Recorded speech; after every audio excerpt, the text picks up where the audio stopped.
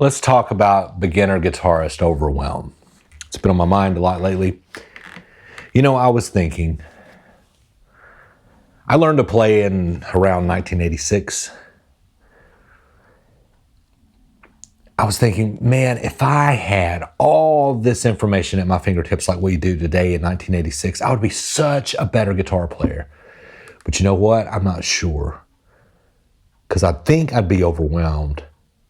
And I think you are too. We can, at the click of a mouse, we can find anything, on anything, but especially guitar, right? Soup to nuts. You can find regular chords, scales, jazz this, modulation. It's all laid out in front of us. It's a great way to look at all the stuff that you don't know how to do yet, right? And it's overwhelming. Sometimes ignorance is bliss. In 1986, we were ignorant. We didn't know what laid ahead of us. Everything we cherished, everything we learned, we cherished, and we moved on to the next thing. Yes, we could see like Eddie Van Halen and how his prowess on the guitar and all that. And it's just, that was always far reaching. Like, I'll never do that. But if I can get halfway there, you know, kind of thing, that's how we looked at it. Today, everything's just laid out there, and the most common question I get asked is, Brandon, I don't know where to start. Well, no wonder, right? With everything laid out there, there's some things you just don't need to see yet in anything, right? Our little infant eyes are just not, and brains are just not ready for it, because it makes you go, ugh. I mean, how many things are you great at now that you weren't at one time? Would you ever have thought that you'd be this good at this certain thing, right? So you just plotted ahead and did it. That's what we did in 1986. If we wanted to learn a song, unlike today where you just click on it and there's pick your poison, however many tutorials are online for every song, whatever, it's endless, right? Back in the day, you had a few options. You could try to learn by ear. So say Free Falling, wait for it to come on the radio, and it was played a lot, it's a popular song. Or you go get the cassette tape.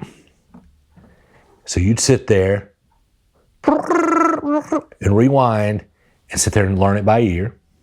The other thing was, if you were fortunate enough to live in a town large enough that had a music store, or the drive to a music store wasn't that far,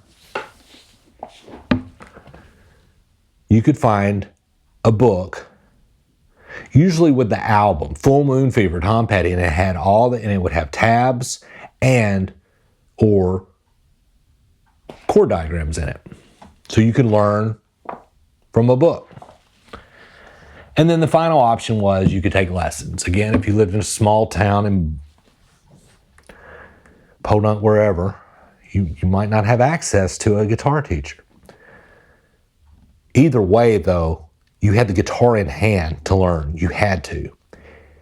And when it was harder to come by and the information was sparse, it made you want it more for some reason. It sucked. I mean, it really sucked compared to today.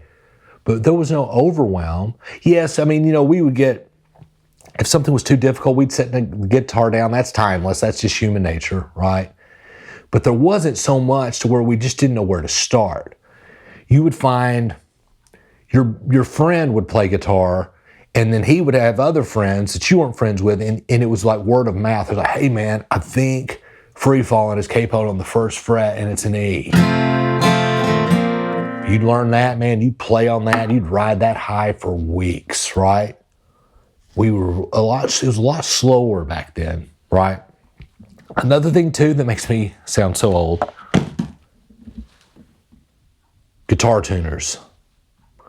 I didn't know anybody who I was friends with who played guitar. I didn't know anyone who had a tuner. My father didn't even have one. That's where I learned to play guitar. We just did the best we could. And we would tune to each other when we played, or you would tune to a song. You would tune to, say, Tom Petty, like Running Down a Dream. Some song that had that open,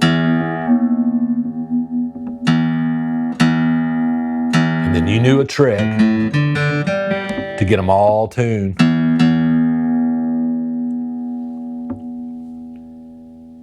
That sucked, but you know what? I have some really cool memories of trying to tune my guitar when I had no other options and I was trying to tune to a Van Halen song.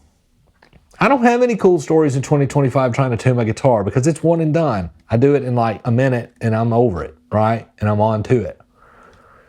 So technology's cool, but at the same time, back then, man, if you went to that much trouble just to get your guitar in tune, there was no question, am I going to stick with playing? If you went to all that headache, because it was a pain in the ass, sorry, it just was. Just to get the guitar in tune, you were going to go to all that trouble and then just lay it down and let it collect dust. Man, you were in it. So I know this sounds like I had to walk uphill both ways to school when I was a kid. I'm not saying let's go back to 1986, but I think we can blend 1986 and 2025. Instead of using YouTube tutorials to learn songs or to learn anything as the go-to, as the default, try to learn a song, and nothing crazy, but like some easier Beatles stuff, Tom Petty, early Neil Diamond.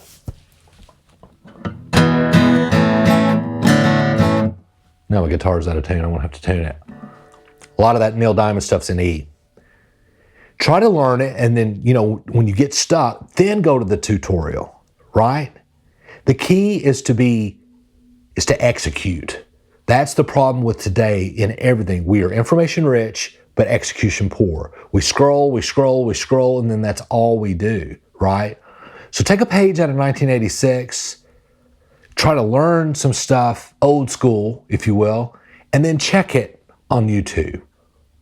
And take things one at a time. Each thing, just slow down. If your fingers hurt, get past that. Then try to get the notes to ring out. Then work on your strumming. If you need help, one-on-one help, there'll be a link in the comments and the description. Holler at me, I'll see if I can help you. I think we can stop this overwhelm because it's really just too much information flying at you. I'll see you in the next lesson.